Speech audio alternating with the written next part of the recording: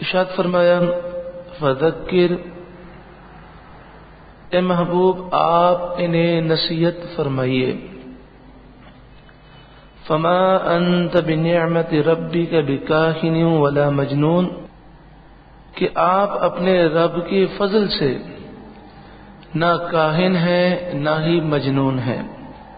یعنی کفار جو آپ پر الزام لگاتے ہیں اور آپ کی توہین و بے ادبی کرتے ہیں، آپ ان کی پرواہ نہ کریں، آپ پر آپ کے رب کی نعمتیں ہیں، فضل ہے، نہ تو آپ کاہن ہیں نہ ہی مجنون ہیں، آپ ان کی باتوں پر رنجیدہ نہ ہوں، آپ انہیں نصیحت فرماتے رہیں۔ ام یقولون شاعر، یا وہ کہتے ہیں کہ یہ شاعر ہیں، نتربص بہ ریب المنون، ہمیں ان پر حوادث زمانہ کا انتظار ہے۔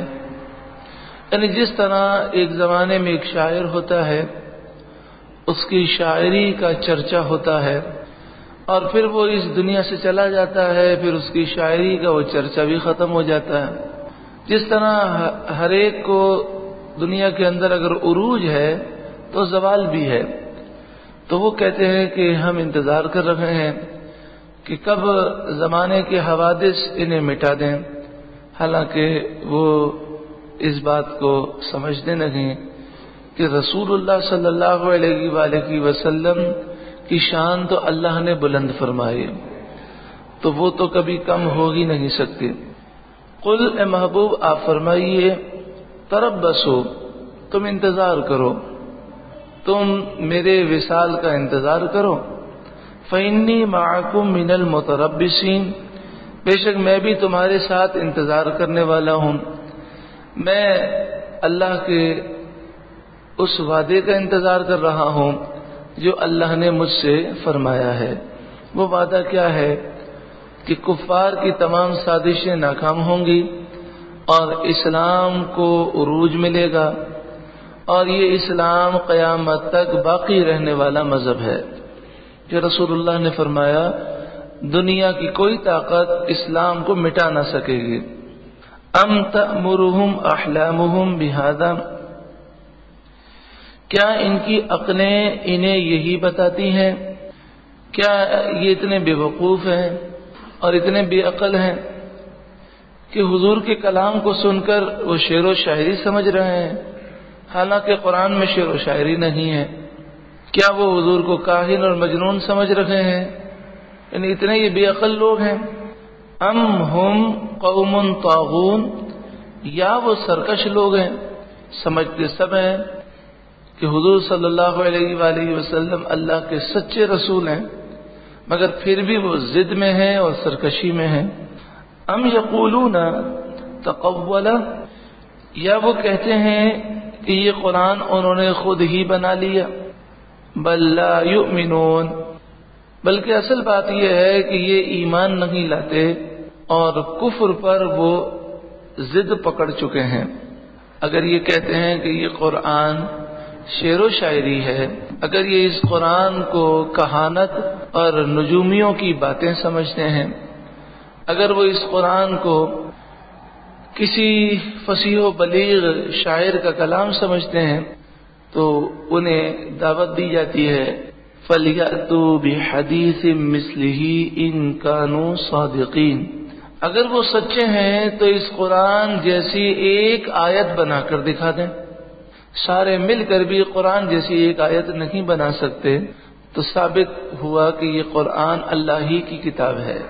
ام خلقوا من غیر شیء، کیا وہ کسی اصل سے نہ بنائے گئے؟ یعنی کیا وہ اپنی حقیقت کو بھول گئے کہ اللہ تعالیٰ نے کس طرح پانی کی ایک بوند سے پیدا کر دیا؟ تو یہ کس بات پر غرور کرتے ہیں؟ ام هم الخالقون، یا وہ بنانے والے ہیں کہ انہوں نے اپنے آپ کو خالق اور خدا سمجھا ہوا ہے؟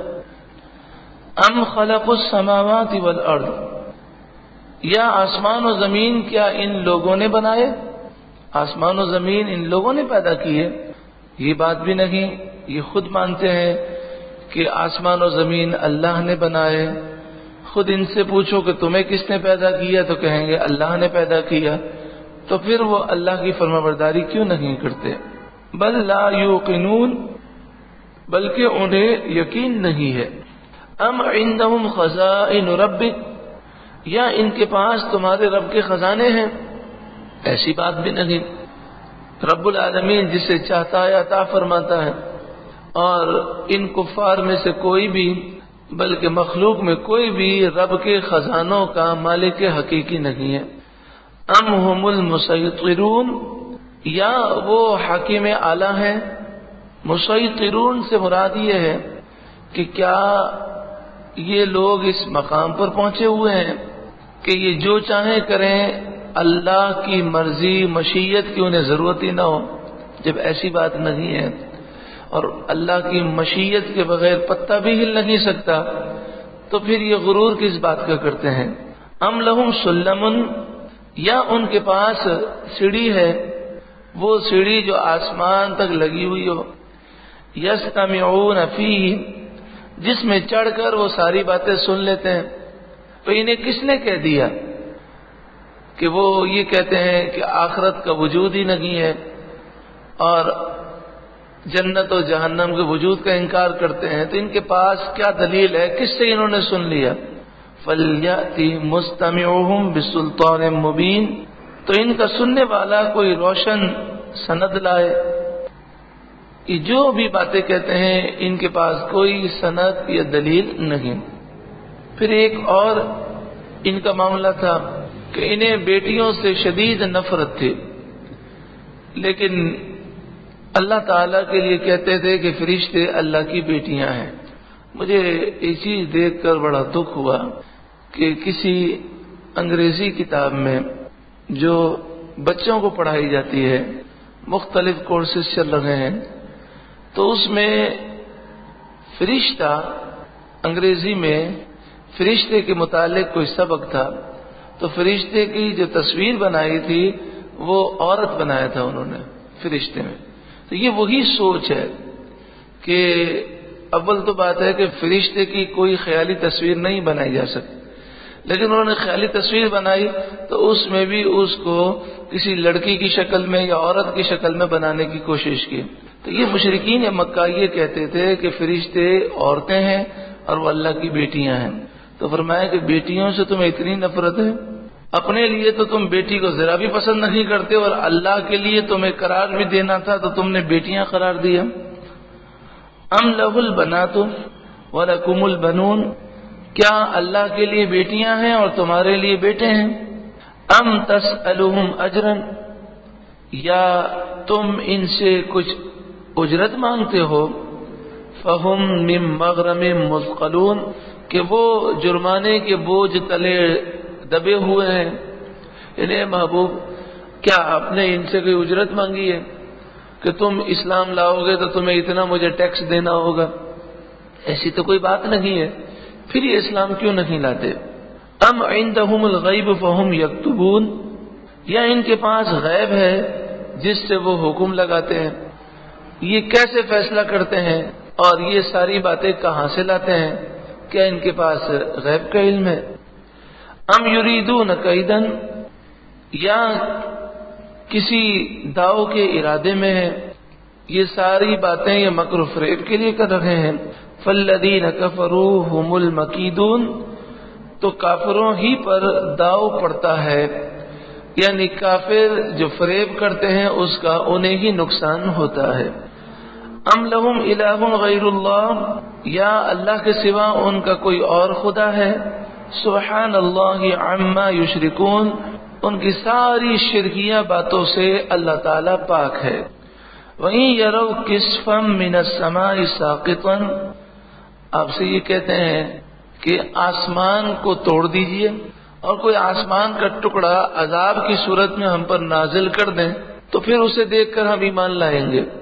فرمایا اگر آسمان سے کوئی ٹکڑا گرتا دیکھیں گے، یقولوا سحاب مرکوم، تو ضرور کہیں گے کہ یہ تو تہ بتہ بادل ہے، یعنی عذاب بالکل ان کے قریب بھی آ جائے گا پھر بھی یہ عذاب کو نہیں مانیں گے، یہاں تک کہ جب یہ ہلاک ہو جائیں گے پھر مانیں گے، تو اس وقت انہیں تسلیم کرنے سے کوئی فائدہ حاصل نہ ہوگا۔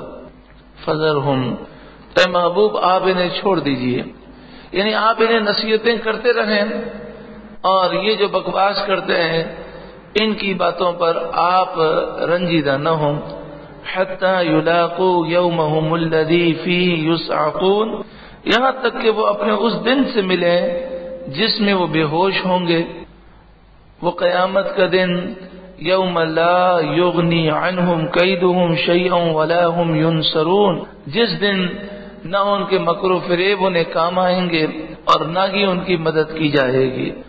وَإِنَّ لِلَّذِينَ ظَلَمُوا عَذَابًا دُونَ ذَلِكَ، اور بے شک ظالموں کے لیے آخرت کے عذاب سے پہلے ایک اور عذاب بھی ہے جو اللہ تعالیٰ انہیں دنیا میں دے گا۔ وَلَكِنَّ أَكْثَرَهُمْ لَا يَعْلَمُونَ، مگر اکثر لوگوں کو خبر نہیں ہے، وہ جانتے نہیں ہیں۔ وَاصْبِرْ لِحُكْمِ رَبِّكَ، اے محبوب آپ اپنے رب کے حکم کے لیے انتظار کیجئے، تم اپنے رب کے حکم پر ٹھہرے رہو۔ فَإِنَّكَ بِأَعْيُنِنَا، بے شک آپ ہماری نگرانی میں ہیں، آپ ہماری نگہداشت میں ہیں۔ وَسَبِّحْ بِحَمْدِ رَبِّكَ، تو آپ اپنے رب کی حمد کرتے ہوئے پاکی بیان کریں۔ حِينَ تَقُومُ، جب آپ کھڑے ہوتے ہیں۔ وَمِنَ اللَّيْلِ فَسَبِّحْهُ، اور رات میں اللہ کی پاکی بیان کریں۔ وَإِدْبَارَ النُّجُومِ، اور تاروں کے پیٹھ دیتے وقت جب تارے چلے جائیں اس وقت اللہ کی عبادت کریں۔ اس میں یا تو نمازوں کا ذکر ہے کہ پانچوں نمازوں کا ذکر کیا گیا، یا پھر مطلقاً اللہ تبارک و تعالی کی تسبیح و ذکر کا حکم ہے۔ نبی اکرم صلی اللہ علیہ وآلہ وسلم کی ایک سنت یہ بھی ہے کہ جب آپ اپنی حالت کو چینج فرماتے، یعنی آپ بیٹھے ہیں، اگر آپ کھڑے ہوتے تو اللہ کا ذکر کرتے، اور کھڑے ہیں اور بیٹھتے تو اللہ کا ذکر فرماتے۔ اسی طرح جب انسان کروٹ کو چینج کرے، اور جب بھی انسان کی حالت چینج ہو، یعنی اس کی پوزیشن وہ چینج کرے، تو سنت یہ ہے کہ اس وقت وہ اللہ کا ذکر کرے۔ یوں تو ہر وقت حضور صلی اللہ علیہ وآلہ وسلم اللہ ہی کی یاد فرماتے، لیکن جیسے بعض لوگوں کو آپ نے دیکھا ہوگا وہ اٹھتے ہیں تو کہتے ہیں سبحان اللہ، الحمدللہ، اللہ اکبر، بیٹھتے ہیں تو یہ کہتے ہیں۔ اور یہ ہم نے مکہ مکرمہ مدینہ منورہ میں اس شاخ کو یہ دیکھا کہ وہاں کے جو قدیم رہائشی ہیں، جن کے باپ دادا اور ان کے آبا و اجداد وہیں پر جو رہے ہیں، ان کی یہ عادت ہے کہ وہ اللہ کا ذکر بہت کرتے ہیں۔ مثلا گاڑی چلا رہے ہیں تو جیسے ہی گاڑی اسٹارٹ کریں گے تو وہ اللہ کا ذکر کریں گے، صرف دعائی نہیں پڑھیں گے، بسم اللہ بسم اللہ، اللہم صلی علی محمد، اور سبحان اللہ، اللہ اکبر، وہ تھوڑی بلند آواز سے کرتے ہیں۔ بریک لگائیں گے تو اللہ کا ذکر کریں گے، پھر گاڑی اسٹارٹ کریں گے تو اللہ کا ذکر کریں گے، اسی طرح سگنل پر مطلب گاڑی رکے گی تو اللہ کا ذکر کریں گے۔ تو یہ ایک اچھی عادت ہے، اور ہم نے یہ محسوس کیا کہ جس طرح وہ عرب کے عشاق اللہ کا ذکر کرتے ہیں، یہ چیزیں ہمارے یہاں پر رائج نہیں ہیں۔ یا تو ہمارے یہاں پر لوگ آہستہ آہستہ کرتے ہوں گے، لیکن ان کے یہاں یہ ہوتا ہے کہ ان کا انداز اتنا پیارا ہوتا ہے کہ انہیں دیکھ کر ہمیں بھی اللہ کا ذکر کرنے کی طرف توجہ ہو جائے۔